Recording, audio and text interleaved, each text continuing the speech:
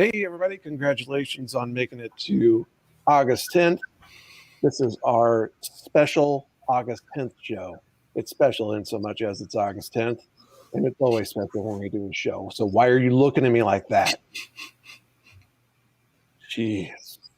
Oh, anyway, on this very, very, very special Tech Talk Tuesday, we have a few stories for you. We're going to talk about Apple. Shocker, right? We're going to talk a little bit about Apple. Talk about AMC, and it actually doesn't involve their stock for once. We got a little bit of a throwback to a drawing something. Yeah, with it again, Neil. And Peloton looks like might be making nice finally on some of their stuff. So with that, let's jump right in and let's talk Apple. Yeah, let's talk Apple. I'm sure that most of you have probably seen something about this week. But I guess Matt and I are going to attempt to break this down some for you. So basically, too long didn't read is Apple is going to be scanning images for that are going up into iCloud for child abuse material. So on the surface, that sounds really, really great. Sounds great, Neil. Behind what they're trying to do. Sounds great. What could go wrong? Exactly. What could go wrong is hacking and backdoors and a whole lot of other stuff that Apple, who has touted themselves over the last decade as being privacy oriented and consumer privacy oriented, are kind of just saying, yeah, don't really care anymore. Is how it feels. Now they've obviously given a lot of like added protection or added like things saying that this technology that they have can only be used for this set of images. It has not been built so it can do basically any other kind of like image matching or anything other than the set that it's been given. Don't believe you. But yeah, I mean, this is something that is a little scary to me. What do you think, Matt? Yeah, I'm a little torn on this, right? Because I love it. I love the idea, right? I think we can all get behind the idea. I don't know. I personally don't keep company with people who would go, screw that. Like child porn's awesome. So I think, this is good. And we're working with a reputable organization. They're being very, very, very careful about like the selection of these images and like what's being used. So on paper, all of this looks good. Also, I want to believe Apple, right? When they say, look, we've got all this cool stuff we've done for you guys. We've done end-to-end iMessage encryption. We've done like, all this stuff where we don't have the keys and blah, blah, blah. But now we are creating a backdoor. And one data point does not create a trend. I'll give you that. But what does create a trend is the fact that Apple has actually cowed to local regulations in other countries and with things like in Saudi Arabia, for instance, where they ditched FaceTime altogether because they weren't allowed to implement that level of encryption. Cool for us, right? Because it kind of validates the encryptions there, but they're showing a pattern, right? They're in a business. This isn't like some altruistic organization or something that's out there, just trying to, free up humanity and do all this great stuff. So with that in mind, it is a slippery slope, right? So once you implement one backdoor, even if you're not intending to leave it open for other uses, things like these tend to turn into exploits. And I think that's exactly what you were talking about. Yeah. And I mean, that's the concern, right? Is that like you've already seen, I'm going to say smaller nations put the pressure on and Apple bend, right? And so what's to say that like larger nations aren't going to do the same? And like what's Apple going to do then? I think that's the concern that I have is that this technology, while on paper, like we've said, is great, 100% behind what they're trying to do on paper, but man, it is a dangerous slope that they're heading down with this. And I'm just concerned. I wouldn't say like Apple's lost my trust or anything like that yet, but this is concerning to me. Yeah, and I think it should be. So we'll be watching that. There's been a new development literally daily about this, whether it's memos flying around or kind of responses to news and media. So rest assured, we will be watching this very, very closely. Um, Gosh, talking about, I guess, other slippery slopes, Tesla stopped accepting Bitcoin. And here's AMC saying they're going to start accepting Bitcoin. I think that's kind of cool, but I guess, we have yet to see, I guess, how it's going to go. Yeah, I think that this is interesting in so much as Bitcoin continues to, in cryptocurrency in general, continues to make its way into real life, I guess is the best way of putting it.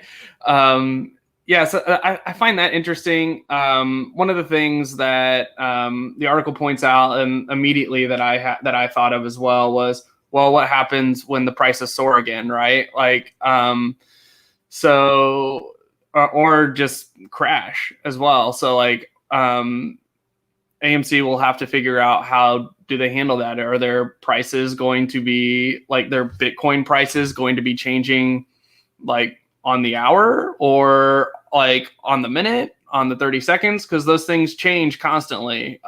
Very quickly. So, and I mean, spikes are not unheard of either. Like they happen a lot in cryptocurrencies. So, yeah, I mean, there's a lot to figure out there. And I'm not quite sure that AMC is probably the person to figure this out, or the company to figure this out. But, it is interesting that we've seen Tesla do it. Now we're seeing another company try it out. So we'll see where it goes. This also, by the way, on the heels of a story I saw today of over $600 million of crypto assets that got hacked out from a distributed finance. It was a place I didn't even hear. I had never heard of this company or their platform, but where they literally posted a note on their website begging the hacker to give it back, and I'm not joking. 680 million, I want to say, in assets that included wrapped Bitcoin, wrapped Ethereum, and a couple other things. So they, of course, some of the other exchanges locked those accounts and stuff, but I think last I saw, only about $100 million of that $680 million had been locked out. So the rest of it's just kind of like fair game. So I'm sure they'll do the right thing and give it back. So yeah, I don't know. We keep talking crypto and then things like that happen. So I thought that maybe is worth mentioning. Throwback. I know you got like super duper excited about this.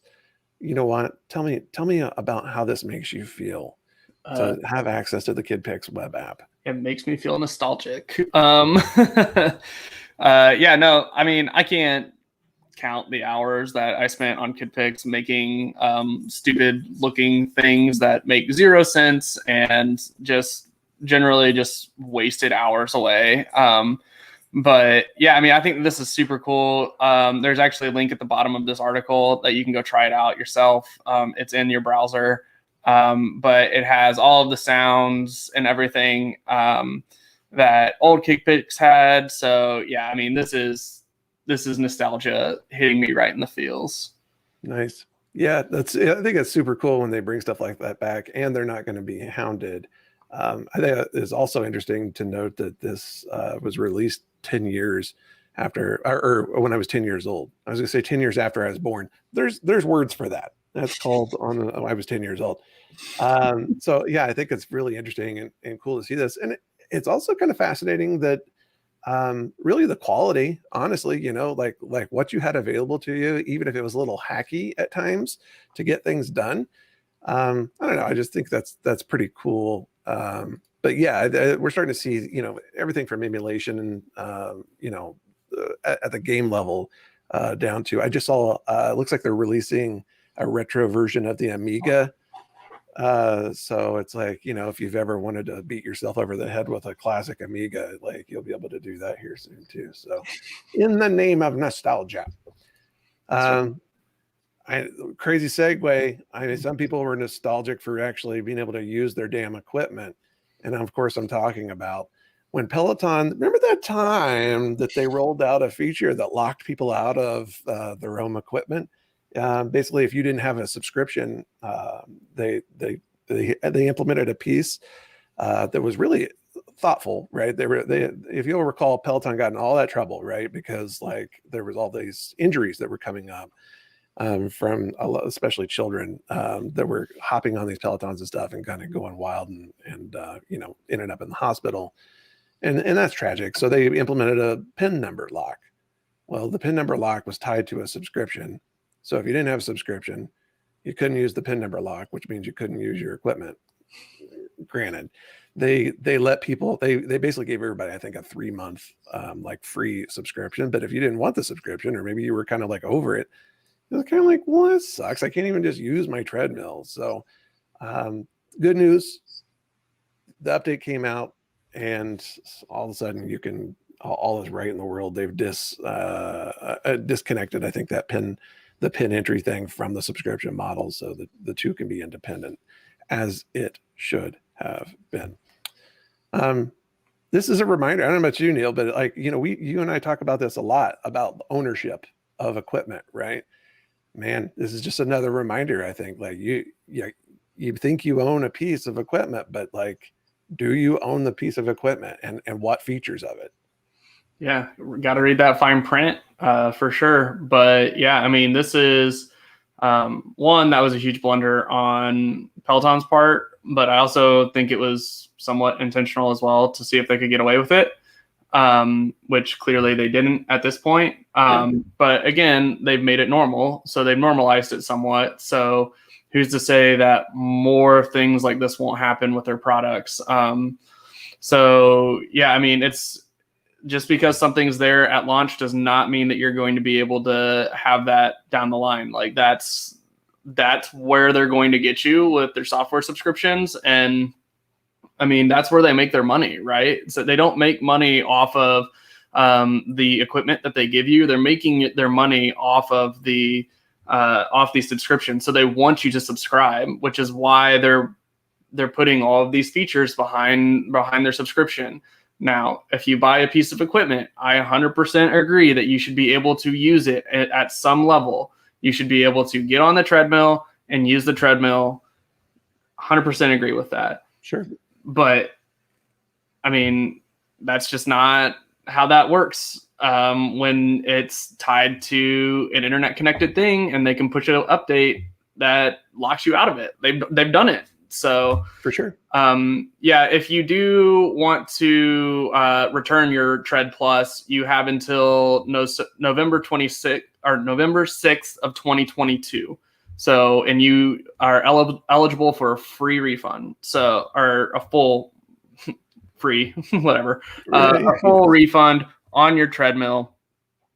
So if you don't want to deal with all of this and you want to get a different, probably cheaper treadmill, you can still do that.